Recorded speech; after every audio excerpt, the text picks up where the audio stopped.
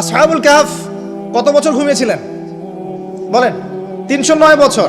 309 বছর। পকেটের মধ্যে কিছু কয়েন ছিল, সোনার আর রূপার কয়েন। এই এলাকা ছেড়ে চলে গেছে, গুহার মধ্যে ঘুমিয়েছে, রাত কাটাবে। আল্লাহ পাক ঘুম পাড়িয়ে রেখেছেন 309 বছর। 309 বছর ঘুম থেকে ওঠার পর তারা বলছে, কেম লাবিস্তুম, তোমরা কতদিন ঘুমিয়েছো? একজন বলছে লাবিস না ইয়াওমান আও বা'দা ইয়াওম, একদিন ঘুমিয়েছি বা একদিনের কিছু অংশ ঘুমিয়েছি। ঠিক আছে, ঘুম থেকে উঠেছে, এখন ক্ষুধার্ত আমরা, যাও এই মুদ্রাগুলো নিয়ে বাজারে যাও, বাজারে গিয়ে দেখো ফালয়ানজুর আইয়ুহা আজকা তুআমা, খেয়াল করে দেখো কোন খাবারটা উত্তম পবিত্র, ওটা নিয়ে আসো। তো 309 বছর একটা মুদ্রা নিয়ে ঘুমানোর পরেও মুদ্রার মান কমে যায়নি। ওই টাকা দিয়ে ঠিকই রুটি কেনা গেছে। এখন আপনি আপনার কারেন্সিগুলো নিয়ে 309 বছর ঘুমানো লাগবে না, আপনি 10 বছর ঘুমান। 10 লাখ টাকা নিয়ে 10 বছর ঘুমান। 10 লাখ টাকার মান যদি 9 লাখ টাকায় না নেমে আনছে, তাহলে আমি নাম বদলাই ফেলাবো।